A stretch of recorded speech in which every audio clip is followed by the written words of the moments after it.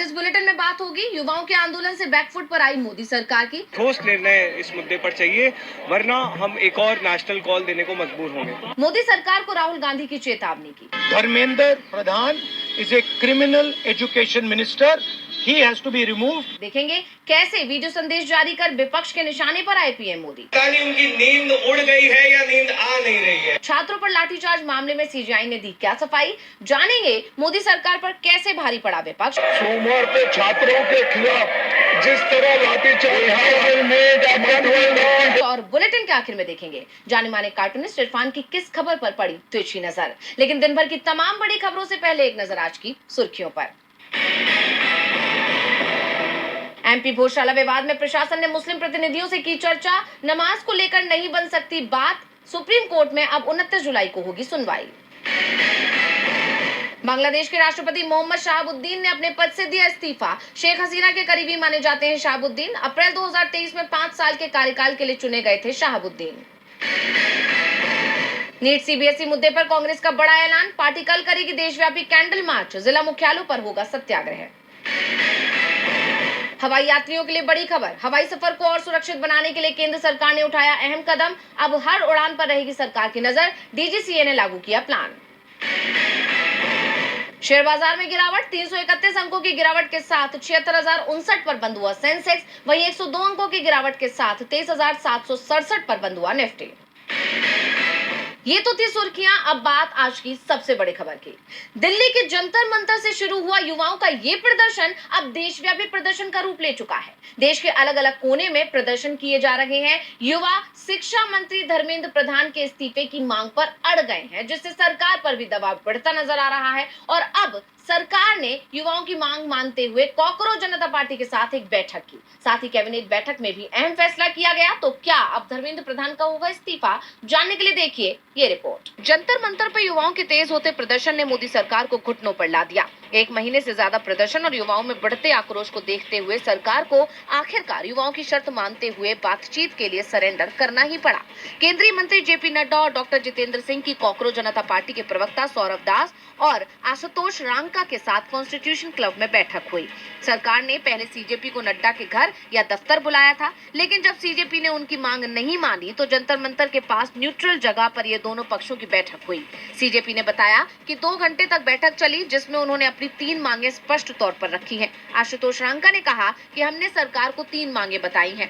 CJP की प्रमुख demand, छात्रों पर एक्शन के लिए सरकार माफी मांगे, शिक्षा मंत्री धर्मेंद्र प्रधान का तुरंत इस्तीफा हो, पीड़ित परिवारों के लिए 1-1 करोड़ रुपए का मुआवजा दिया जाए।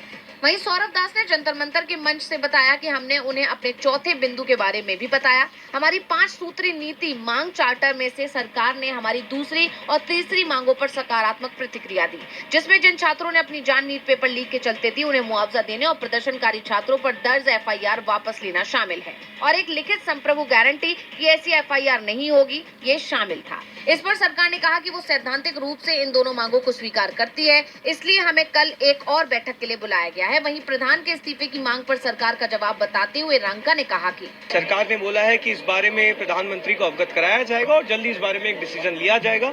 कल दोपहर में सरकार ने फिर से एक और मुलाकात की बात की है और हमने बताया है कि हमें जल्द ही अब एक ठोस निर्णय इस मुद्दे पर चाहिए, वरना हम एक और नेशनल कॉल देने को मजबूर होंगे। इसके अलावा अभिजीत दीपके का भी बयान आया। उन्होंने कहा अगर प्रधान का नहीं तो फिर प्रधानमंत्री का इस्तीफा चाहिए। इस बीच सरकार ने कैबिनेट बैठक में पेपर लीक संशोधन प्रस्ताव को मंजूरी भी देती है, जिसमें पेपर लीक के मामलों में 10 साल की सजा और 10 करोड़ रुपए के जुर्माने का प्रावधान है। इस बिल को 27 जुलाई को संसद में पेश किया जा सकता है। जिस तरह सरकार अब एक के बाद एक युवाओं की डिमांड मानने को मजबूर नजर आ रही है, उससे साफ है कि वो कितने दबाव में है।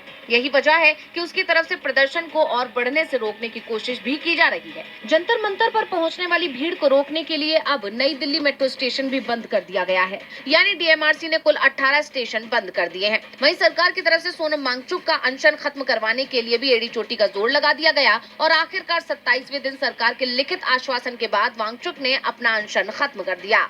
लेकिन अब भी सरकार के लिए युवाओं के गुस्से को शांत करना आसान नहीं दिख रहा। युवा शिक्षा मंत्री के इस्तीफे की मांग पर अड़े हुए हैं। ऐसे में अब सबकी नजरें सरकार के फैसले पर टिकी हुई हैं और सरकार ने 25 जुलाई को 2 बजे तक का समय मांगा है। जंतर मंतर पर युवाओं के प्रदर्शन को लेकर मोदी सरकार बुरी तरह घिर गई है। जिस तरह सरकार ने इस प्रदर्शन को कुचलने की कोशिश की, जब प्रदर्शनकारी संसद कूच के लिए आगे बढ़े तो पुलिस ने उन पर जिस तरह लाठी डंडे बरसाए, प्रशासन की इस क्रूरता के खिलाफ युवाओं में आक्रोश है। और अब लोकसभा में नेता विपक्ष राहुल गांधी ने भी मोदी सरकार के असली चेहरे का पर्दाफाश कर दिया है। तो कैसे मोदी सरकार की बढ़ती जा रही है मुश्किलें, आइए देखते हैं रिपोर्ट में। युवाओं के प्रदर्शन को लेकर मोदी सरकार चौतरफा मुश्किलों से घिर गई है। धर्मेंद्र प्रधान के इस्तीफे को लेकर युवा कोई भी समझौता करने को तैयार नहीं है। वहीं प्रदर्शन के दौरान छात्रों पर हुए लाठीचार्ज को लेकर भी बहस बढ़ती जा रही है। विपक्ष ने तो सीधे पीएम मोदी से माफी की मांग ही कर दी है, लेकिन सरकार अपनी गलती मानने की बजाय युवाओं को ही दोषी साबित करने की कोशिश में जुटी हुई है। लेकिन अब राहुल गांधी ने मोदी सरकार के हर झूठ से पर्दा उठा दिया है। उन्होंने प्रशासन की क्रूरतापूर्ण कार्रवाई से घायल हुए प्रदर्शनकारी को मीडिया के सामने पेश कर दिया और दिखाया कि कैसे पुलिस ने उन युवाओं के खिलाफ पैलेट गन का इस्तेमाल किया जो केवल अपने न्याय की लड़ाई लड़ने आए थे। पैलेट गन तब लगी है जब मेरे भाई हिंदुस्तान का तिरंगा लिए ऐसे पीसफुल प्रोटेस्ट कर रहे थे। सरकार ने कहा है कि कोई पैलेट गन यूज। दरअसल राहुल ने साहिल नाम के इस युवा प्रदर्शनकारी से मुलाकात की और उनका हाल जाना। साहिल ने बताया कि 20 जुलाई को कैसे पुलिस ने बल प्रयोग कर इस प्रदर्शन को दबाने की कोशिश की, जिसके बाद मीडिया के सामने राहुल ने बताया कि कैसे पुलिस की कार्रवाई ने इस युवा से उसका भविष्य ही छीन लिया। अब उसकी आंखों की रोशनी तक खत्म होने की कगार पर पहुंच गई है। देश के युवाओं के साथ मोदी सरकार ने क्या सुलूक किया है, ये बताते हुए राहुल ने कहा, इनकी आंख डैमेज हो गई है, इनकी आंख से इनको दिखाई नहीं दे रहा है। तो ये हमारे फ्यूचर है हिंदुस्तान के। ऐसे हजारों युवाओं पर पैलेट गन चलाई गई है, लाठी चलाई गई है, मारा गया है, पीटा गया है। और ये क्या कर रहे हैं? पीसफुल प्रोटेस्ट कर रहे हैं। क्यों कर रहे हैं? इनका पेपर लीक। कांग्रेस सांसद ने जोर देकर कहा कि ये बिल्कुल भी मंजूर नहीं है कि जायज चिंताएं उठाने और सरकार को जवाबदेह ठहराने के लिए छात्रों पर हमले किए जाएं। उन्होंने आरोप लगाते हुए कहा कि मोदी सरकार ने देश के भविष्य पर हमला किया है, जो सिर्फ 3 मांगे रख रहे हैं कि शिक्षा मंत्री धर्मेंद्र प्रधान इस्तीफा दें, छात्रों के साथ क्रूर कार्रवाई करने वालों पर सख्त एक्शन हो, नरेंद्र मोदी छात्रों और देश से माफी मांगे। राहुल ने चेतावनी देते हुए कहा कि सरकार हमारे छात्रों को डराना, धमकाना और मारना बंद करे, साथ ही इनकी मांगों को पूरा किया जाए। धर्मेंद्र प्रधान एक क्रिमिनल एजुकेशन मिनिस्टर हैं, उन्हें हटाना होगा। वो हमारे एजुकेशन सिस्टम के खत्म होने की निशानी है, उन्हें जाना होगा। वही वजह है कि हजारों लोग बाहर हैं, उन्हें जाना होगा। एक तरफ युवाओं का प्रदर्शन और दूसरी तरफ उन युवाओं को राहुल से मिलता ये समर्थन। मोदी सरकार के लिए इन चुनौतियों से निपटना अब बेहद मुश्किल नजर आ रहा है। मोदी सरकार की मुश्किलें कम होने का नाम नहीं ले रही। एक तरफ युवा मोर्चा संभाले हुए है तो दूसरी तरफ विपक्ष ने हल्ला बोला हुआ है। बढ़ते विरोध को देखते हुए मोदी सरकार घबराई हुई दिख रही है। और इस बीच देर रात पीएम मोदी ने प्रदर्शन कर रहे छात्रों के लिए एक वीडियो संदेश जारी किया, जिस पर विपक्ष ने पीएम मोदी की घेराबंदी कर दी है। तो क्या कुछ कहा विपक्ष ने, जानेंगे रिपोर्ट में। दिल्ली के जंतर मंतर पर हो रहे छात्र आंदोलन ने मोदी सरकार की धड़कनें बढ़ाती है। जंतर मंतर से मोदी सरकार पर दबाव बनाने की कोशिशें की जा रही हैं और युवाओं की ये कोशिश कामयाब होती दिखाई दे रही है। पीएम मोदी की तरफ से एक वीडियो संदेश जारी किया गया, जिसमें मोदी ने बताया कि फास्ट ट्रैक कोर्ट के गठन के आदेश दिए जा चुके हैं, दोषियों को जेल में डाला गया है। और अब पीएम मोदी के वीडियो पर राज्यसभा में नेता प्रतिपक्ष मल्लिकार्जुन खड़गे का बयान सामने आया है। उन्होंने प्रधानमंत्री मोदी को नसीहत देते हुए कहा है, मोदी जी पहले छात्रों से माफी मांगी और जिन्होंने लाठी डंडे, पैलेट गन का इस्तेमाल छात्रों की आवाज दबाने के लिए करवाया है, उन पर कड़ी कार्रवाई कीजिए। फिर हम शिक्षा व्यवस्था पर विस्तृत डिस्कशन के लिए तैयार हैं। सीजेपी प्रवक्ता आशुतोष राणा ने कहा, ये सरकार आप सब लोगों की वजह से डर गई है। रात को 12:30 बजे पहली बार जीवन में मोदी जी ने रात को 12:30 बजे वीडियो जारी किया है। पता नहीं उनकी नींद उड़ गई है या नींद आ नहीं रही है।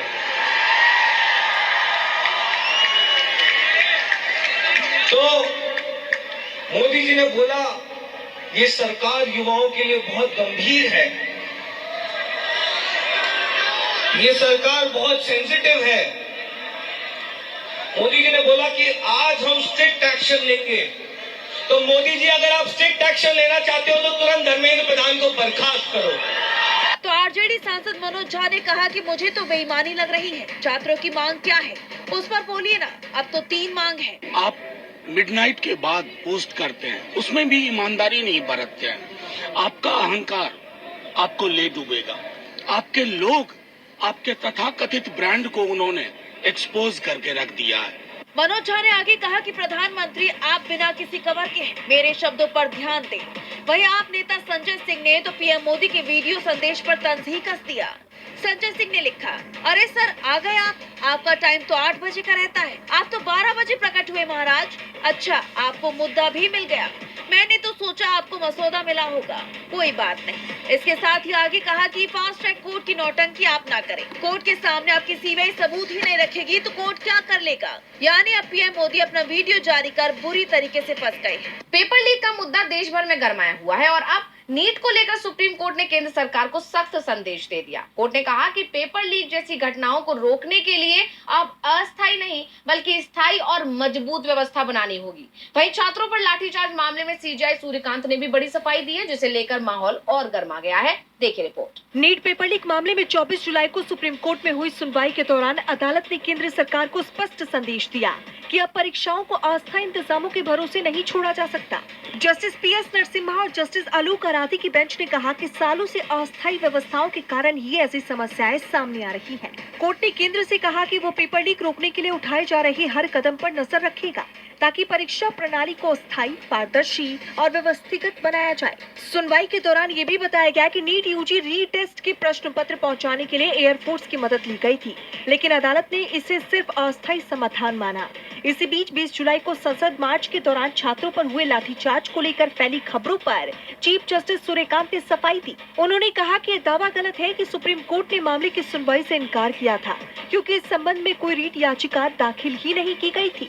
अदालत को सिर्फ एक पत्र भेजा गया था। अब इस मामले की सुनवाई 27 जुलाई को चीफ जस्टिस की बेंच करेगी। उधर बॉम्बे हाई कोर्ट ने औरंगाबाद और नागपुर में पेपर लीक मामलों की सुनवाई के लिए 2 विशेष फास्ट ट्रैक अदालतें नामित कर दी हैं। इन अदालतों की जिम्मेदारी जज एसवी पवार और जज गुलशन कोल्टे को सौंपी गई है। वहीं संसद मार्च की एनआईए जांच की मांग वाली याचिका को दिल्ली हाई कोर्ट ने खारिज कर दिया। अब सभी की नजर 27 जुलाई की सुनवाई और सरकार की अगली कार्रवाई पर टिकी हुई है। पेपर लीक को लेकर सुप्रीम कोर्ट भी सख्त नजर आ रहा है, तो संसद में भी ये मामला बहस का मुद्दा बना हुआ है। संसद के मानसून सत्र में विपक्ष शिक्षा मंत्री धर्मेंद्र प्रधान के इस्तीफे की मांग पर अड़ा हुआ है और इसे लेकर रोज संसद परिसर में जमकर प्रदर्शन हो रहा है। और अब अचानक विपक्ष के विरोध के चलते संसद 27 जुलाई तक के लिए स्थगित कर दी गई, जिसके चलते विपक्ष ने मोदी सरकार के खिलाफ मोर्चा खोल दिया। तो क्या है पूरी खबर, देखिए रिपोर्ट। संसद के मानसून सत्र में विपक्ष मोदी सरकार पर हावी नजर आ रहा है। विपक्ष के सांसदों की तरफ से राज्यसभा और लोकसभा दोनों सदन में शिक्षा मंत्री धर्मेंद्र प्रधान का इस्तीफा मांगा जा रहा है। विपक्ष लगातार ये बात कह रहा है कि जब तक प्रधानमंत्री धर्मेंद्र प्रधान का इस्तीफा नहीं लेते तब तक सदन में नीट पेपर लीक पर चर्चा नहीं होगी। लेकिन सरकार विपक्ष की मांग को अनसुना करते हुए विपक्ष पर ही चर्चा से भागने का आरोप लगा रही है। संसदीय कार्य मंत्री किरेन रिजिजू ने विपक्ष पर आरोप लगाया और कहा कि सरकार नीट के मुद्दे पर चर्चा के लिए पूरी तरह से तैयार है, लेकिन विपक्ष चर्चा से बचने का बहाना बनाता है। इसी कड़ी में 24 जुलाई को भी विपक्ष ने संसद परिसर में जमकर प्रदर्शन किया और धर्मेंद्र प्रधान इस्तीफा दो के नारे लगाए। इस दौरान गृह राज्य मंत्री नित्यानंद जेपी ने राज्यसभा में वंदे मातरम से जुड़ा राष्ट्रीय सम्मान के अपमान की रोकथाम संशोधन विधेयक 2026 प्रस्तुत किया। ये विधेयक राष्ट्रीय सम्मान के अपमान की रोकथाम अधिनियम 1971 में और संशोधन करता है। वहीं सदन में विपक्ष के नेता मल्लिकार्जुन खड़गे ने राज्यसभा में हाल ही में छात्रों पर हुई क्रूरता का मुद्दा भी उठाया और खड़गे की तरफ से ये बात रखते ही राज्यसभा की कार्रवाई को 27 जुलाई तक के लिए स्थगित कर दिया गया और सभापति बिना खड़गे की पूरी बात सुने ही कुर्सी से उठ के चले गए। सभापति जी 20 जुलाई सोमवार को छात्रों के खिलाफ जिस तरह लाठीचार्ज उससे मेरा मन दुखा। भले ही यहाँ खड़गे की बात काट दी गई है, लेकिन विपक्ष भी अड़ा हुआ है कि जब तक धर्मेंद्र प्रधान का इस्तीफा नहीं होता और सरकार छात्रों के साथ की गई क्रूरता पर माफी नहीं मांगती, तब तक विपक्ष के हमले यूं ही जारी रहेंगे। दोनों सदनों में विपक्ष ये बात साफ कह चुका है। वहीं अब संसद के दोनों सदनों की कार्रवाई 27 जुलाई तक के लिए स्थगित कर दी गई है। अब देखना होगा कि अगली कार्रवाई में विपक्ष की मांगे मानी जाती है या नहीं। मोदी सरकार पेपर लीक को लेकर तो पहले से ही घिरी हुई थी और अब राम मंदिर चढ़ावा चोरी मामला भी उसके गले की फांस बनता जा रहा है। सुप्रीम कोर्ट कोर्ट ने इस मामले में नई एसआईटी गठित करने के आदेश दिए हैं, जिसके बाद पहले से जांच कर रही एसआईटी की फाइनल रिपोर्ट को एक बार फिर पलटा जा रहा है, जिसमें ट्रस्ट के पूर्व सदस्य डॉक्टर अनिल मिश्रा के मोबाइल कॉल डिटेल रिकॉर्ड खंगालने की बात सामने आई है। साथ ही टिन्नू यादव को लेकर भी कई खुलासे हुए हैं। तो क्या है पूरा मामला, देखिए रिपोर्ट। राम मंदिर चढ़ावा चोरी मामले की जांच में सुप्रीम कोर्ट के निर्देशों के बाद एक बार फिर हलचल तेज हो गई है। जानकारी के अनुसार नई एसआईटी के गठन की संभावनाओं के बीच जांच एजेंसियां विवेचना को मजबूत करने में जुट गई। इसी कड़ी में श्री राम जन्मभूमि तीर्थ क्षेत्र ट्रस्ट के पूर्व सदस्य और राम मंदिर चढ़ावा चोरी मामले में आरोपी डॉक्टर अनिल मिश्रा के मोबाइल कॉल डिटेल रिकॉर्ड यानी सीडीआर की जाँच किए जाने की खबर सामने आई है। अनिल मिश्रा की अब तक किससे और कब कब बात हुई, इसको लेकर जाँच की जाएगी, लेकिन अब तक अनिल मिश्रा के खिलाफ कोई एफआईआर दर्ज नहीं हुई। न सिर्फ अनिल मिश्रा बल्कि राम शंकर यादव उर्फ टिन्नू यादव को लेकर भी जांच तेज हो गई है। टिन्नू से कस्टडी रिमांड के दौरान हुई पूछताछ में डॉक्टर अनिल मिश्र की कार्यप्रणाली से जुड़ी कई जानकारियां पुलिस को मिली और टिन्नू यादव की तरफ से दिए गए बयान के आधार पर ही जांच अधिकारी मोबाइल रिकॉर्ड और बाकी तकनीकी साक्ष्य जुटाने में लगी है, जिसके बाद ये माना जा रहा है कि राम मंदिर चढ़ावा चोरी के मामले में टिन्नू यादव ने ही अनिल मिश्रा का नाम लिया है। कहा तो ये भी जा रहा है कि चढ़ावा चोरी मामले में जेल जाने से बचने के लिए अब मंदिर के ट्रस्टी रह चुके अनिल और टिन्नू एक दूसरे पर आरोप प्रत्यारोप का गेम खेल रहे हैं। दोनों एक दूसरे पर ठीकरा फोड़ने में लग गए। हालांकि पुलिस ने अभी तक इस संबंध में कोई आधिकारिक पुष्टि नहीं की है, लेकिन जिस तरह से सुप्रीम कोर्ट ने मामले में सख्ती दिखाई है और नई एसआईटी गठित कर जांच करने का आदेश दिया है और जिस तरह से अनिल मिश्रा और टिन्नू यादव से पूछताछ की जा रही है, उसे लेकर यही माना जा रहा है कि अब इस मामले में कई बड़े नाम सामने आ सकते हैं। सभी की नजरें इस वक्त राम मंदिर मामले पर टिकी हुई हैं, तो निगाहें इस वक्त पश्चिम पर भी बनी हुई हैं। ईरान और अमेरिका के बीच चल रही जंग और बढ़ती जा रही है। दोनों ही देशों की तरफ से हमले रुकने का नाम नहीं ले रहे। अमेरिकी राष्ट्रपति डोनाल्ड ट्रंप के बयान इस टकराव को और बढ़ाते नजर आ रहे हैं। उनके फैसलों पर ईरान ने भी चेतावनी दे दी है और ये पूरी दुनिया के लिए उकसावे की कार्रवाई होगी। तो क्या है पूरी खबर जानने के लिए देखिए रिपोर्ट। ईरान और अमेरिका के बीच पिछले 2 हफ्तों से जारी जंग के और खतरनाक होने की आशंका बढ़ती जा रही है। एक तरफ अमेरिकी सेना के हमले और दूसरी तरफ अमेरिकी राष्ट्रपति डोनाल्ड ट्रंप के बयान, दोनों ही ईरान को भड़काने का काम कर रहे हैं, जिससे पूरे पश्चिम एशिया की शांति पर खतरा नजर आ रहा है। दरअसल अमेरिकी राष्ट्रपति ने ईरान पर अब सबसे बड़ा हमला करने की धमकी दी है। उन्होंने कहा कि मैं ईरान पर ऑपरेशन एपिक फ्यूरी से भी बड़ा जबरदस्त हमला करने पर विचार कर रहा हूं।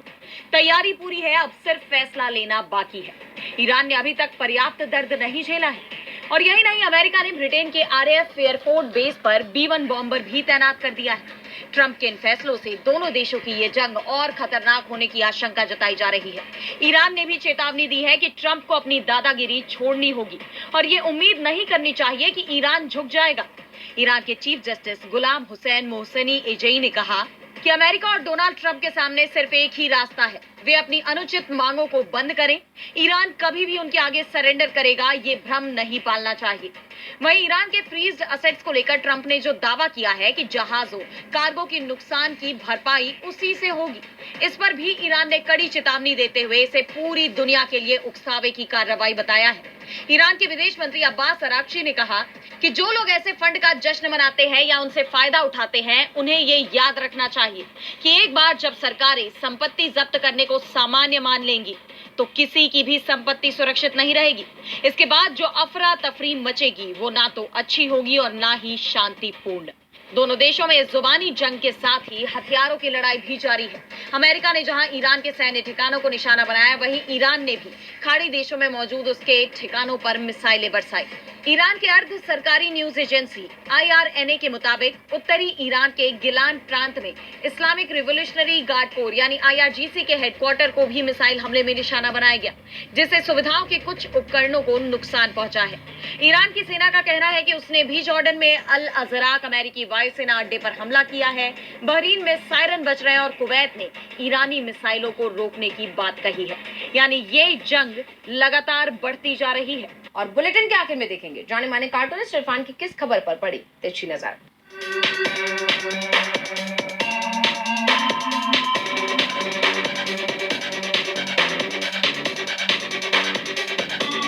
ये तो तय हो गया है कि पीएम मोदी के लिए उनके मित्रों के अलावा एक सबसे खास व्यक्ति है जिसका नाम है धर्मेंद्र प्रधान। धर्मेंद्र प्रधान शिक्षा मंत्री हैं देश के और उनके ऊपर अगर आप बात करते हैं तो वो उसके ऊपर बात करने को जैसे कि तैयार ही नहीं है। देखिए ना क्या हाल हो रहा है, लड़के बच्चे बैठे हुए हैं, 3-4-5 दिन हो गए हैं, धूप में लाठियाँ खा रहे हैं, आंसू गैस झेल रहे हैं, लेकिन धर्मेंद्र प्रधान के ऊपर वो बातचीत करने को तैयार नहीं है। हमसे आप किसी बात पर बात करो, लेकिन धर्मेंद्र प्रधान के इस्तीफे में बिल्कुल बात नहीं करनी चाहिए।